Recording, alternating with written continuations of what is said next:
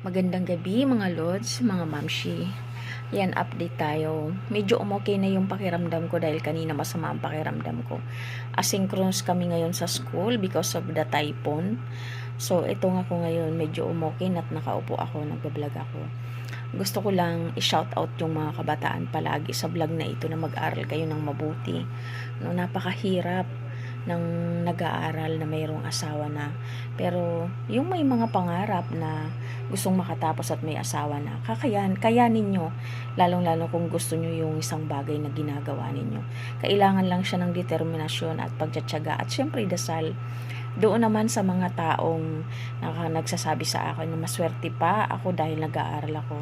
Opo, maswerte ako dahil binigyan ako ng chance na makapag-aral sa ganitong edad ko. Pero kung hindi nyo po nalalaman, marami po akong ginagawa sa araw-araw, especially ngayong Sabado.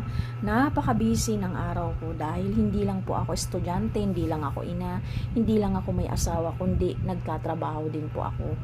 May part-time ako, tapos every Saturday mayroon din akong nilalabadahan. Opo, naglalabada ako kasi nakakatulong siya sa amin bilang sa pamilya namin. Malaking tulong siya dahil hindi namin inaasa yung mga kailangan namin sa school.